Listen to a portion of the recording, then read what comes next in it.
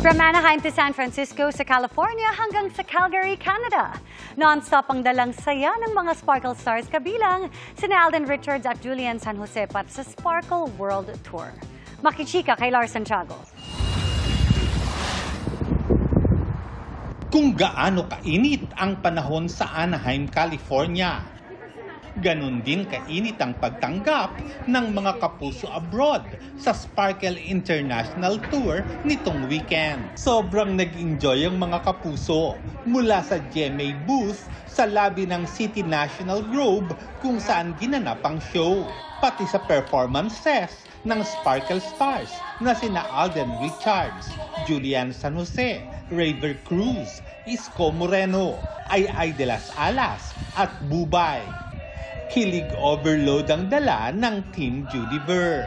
I hope and we all hope that they enjoy the show. Masarap sa pakiramdam, masaya sa feeling. Sobrang warmth nung pagtanggap nila sa amin.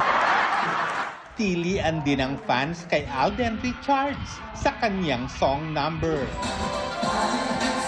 Mas naaliw pa sila nang magkasamang sumayaw sina Alden at Yorme Isko ng Dying Inside. This is our way of saying thank you to them kahit papano sa maliit lang na paraan. At least ngayon man lang, personal, makamaya namin sila, ma-entertain namin sila ng personal.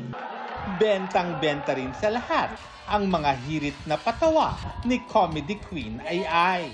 Masayang-masaya po ako na hanggang ngayon po ay isa po akong certified kapuso. Excited na ako mag-perform at mapasaya ang ating mga kapuso. Di rin nagpahuli sa kanyang song number si Bubay. Pagkatapos ng show, nagkaroon sila ng pagkakataong magpa-picture sa Sparkle Stars. From Anaheim, tumulak pa San Francisco ang Sparkle Stars, kung saan dinumuguli sila ng maraming kapuso. Nagkaroon din doon ng meet and greet. After ng successful show, di rin pinalampas ng Team Judiver ang pamamasyal sa San Francisco. May sweet snaps pa ang dalawa habang nasa Golden Gate Bridge. Non-stop ang sayang dala ng Sparkle World Tour na umabot din sa Calgary, Canada. All-out performance ang hatid doon ni Alden Richards at Bubay. Yan na yung pinaka-relaxation namin dito. I'm always happy to meet them and watch their show. Si Alden may patiz kung saan ang next stop ng Sparkle World Tour.